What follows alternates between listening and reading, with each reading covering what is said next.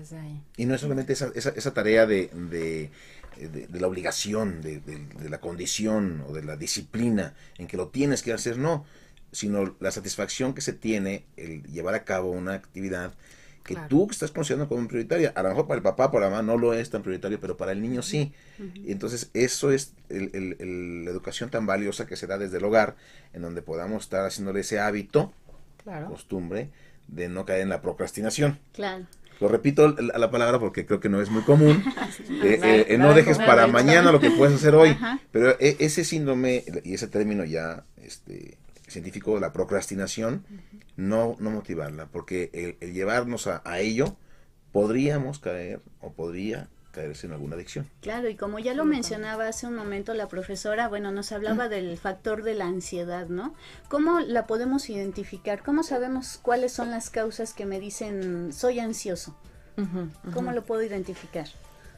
La ansiedad también se manifiesta desde lo físico, o sea, cuando hay ansiedad hay mucho movimiento físico, Ya, hay como que estás desahogando, como que estás moviéndote mucho, pero en continuidad.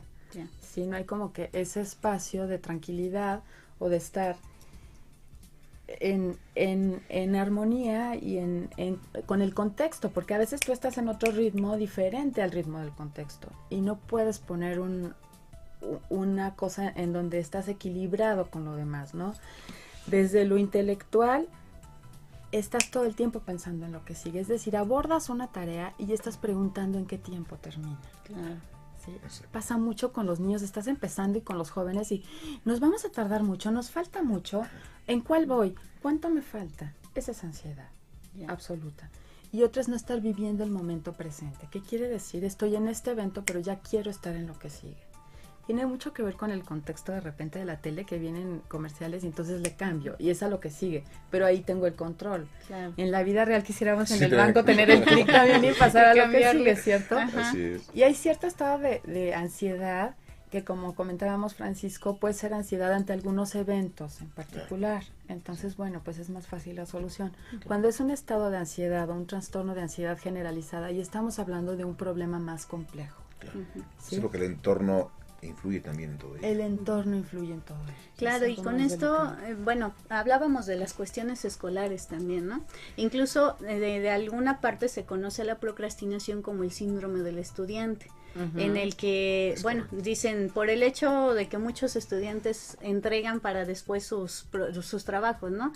El maestro nos señala el día y la fecha, y nosotros pues dejamos para después, ya llegará la fecha, tenemos 2 meses tal vez para hacerlo, 1 mes, 1 semana, y llegamos al extremo del extremo, Claro. barriéndonos para hacerlo. ¿Por qué este comportamiento de llevarnos al límite como estudiantes, digamos ya en este terreno en el que abordábamos la educación? Digamos, por qué no se toma con la importancia que debiera este tipo de conductas en las escuelas? Mira, quisiera como retomarlo nuevamente desde el contexto de la escuela. Hay una propuesta que es hazlo tú, luego hazlo con ellos y luego deja que lo hagan ellos solos, ¿no? Entonces, desde la escuela, por ejemplo, hablemos de un concurso del himno nacional, en donde si tú estás viendo que en tu escuela lo preparan con 2 semanas de anticipación, pues los resultados van a ser muy pobres, y estás dando un ejemplo. En cambio, cuando es desde principio de año y te hacen sentir que todo el contexto no es tanto el concurso, sino entrar en armonía con un grupo, en donde tú ves a los chicos que respiran al tiempo para entrar, y entonces están en una sinergia de un trabajo en conjunto que se va dando con el tiempo, ¿sí?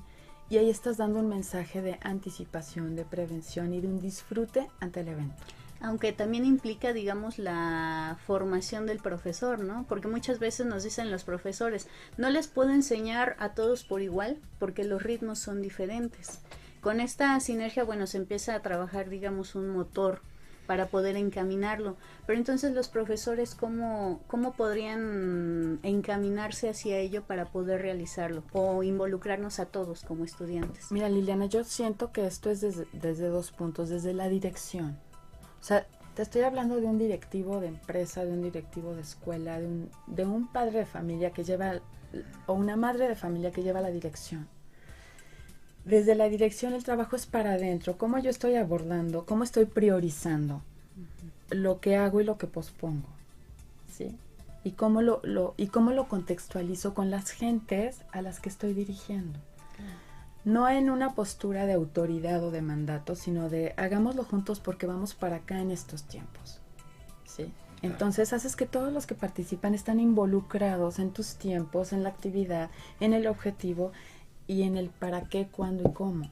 Pero todos, cada quien desde su peldaño, pero están en esa dirección. Entonces, desde el directivo de escuela, desde el maestro, cómo aborda esa parte, pero cómo la aborda primero él, o sea, cómo lo estoy llevando en mi vida y cómo lo aterrizo en el aula, porque no está disasociado, ¿sí? Entonces, desde ahí tendría que ser un poco como el análisis. Y es un aprendizaje conjunto, porque es llevar desde el que está a la cabeza de la escuela, y como bien lo dices, a través del papá, de la mamá, de los hermanos, todos, esa armonía se puede lograr si estamos trabajando en conjunto y ir aprendiendo en cómo no caer en ese síndrome. En improvisar. En improvisar, sino que es irlo forjando, irlo formando, irlo educando, pero también con el ejemplo. Escuchaba yo hace un momentito. Sí, bueno, absolutamente. ¿cómo le digo a mi hijo? No lo dejes para después y espérame. Mañana lo continuamos porque ahorita tengo otras cosas más importantes que hacer. Sino darle ese valor agregado a las cosas en donde sea ejemplo, pero con esa guía educativa. Absolutamente. Y el papá aprende del hijo, y el hijo aprende del papá, y la mamá, en fin, que todos estén en esa comunicación. Y no dar lugar a la evasión de responsabilidades, ¿no? Porque dentro de ello podemos hablar como estudiantes de evadir nuestras responsabilidades dentro de la escuela. Los papás pueden hablar de evasión de los hijos, ¿no? Al atender sus trabajos, al atender su vida personal, digamos, y dejar a los hijos de lado. Bueno, vamos a hablar un poquito más de la evasión después de nuestro corte de estación. Recuerden que estamos transmitiendo en vivo desde el 100.3 de FM aquí en Pasteur 6 Norte. Los teléfonos para que se comuniquen son el 238-5111, 238-5255 y 01800-716-2330. Estamos en vivo. Cualquier duda, pregunta, comentario que nos quieran hacer al programa, a nuestra experta del día de hoy, que es la profesora Carla Bustos, bueno, está a su disposición. Estamos nosotros, este es el espacio. Volvemos con más de Rompe el Silencio. Esto es Rompe el Silencio. Volvemos en breves momentos. Sigue comunicándote, Rompe el Silencio. Continuamos. Pues sí. Bueno, pues bienvenidos a quienes acaban de sintonizar, pero quienes están con nosotros, muchísimas gracias por sus llamadas. Un afectuoso, un fuerte abrazo para nuestra amiga Luisa Salguero, que nos llamó por ahí felicitando el programa y el inicio de año. Muchísimas gracias. Y por ahí también tenemos otra preguntita. Estamos en el tema de la procrastinación.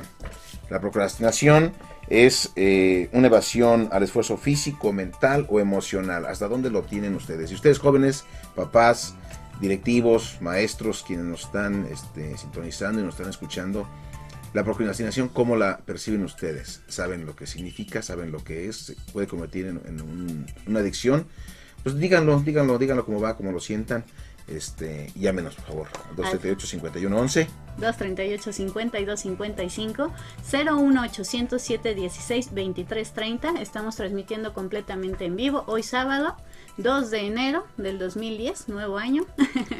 Y con ello vamos a escuchar nuestra cápsula de Dilo Cómo Va, ya que nos hace la invitación Francisco, para saber si nosotros como población en general identificamos este comportamiento de postergar las cosas en nuestra vida cotidiana. Esto es Dilo Cómo Va.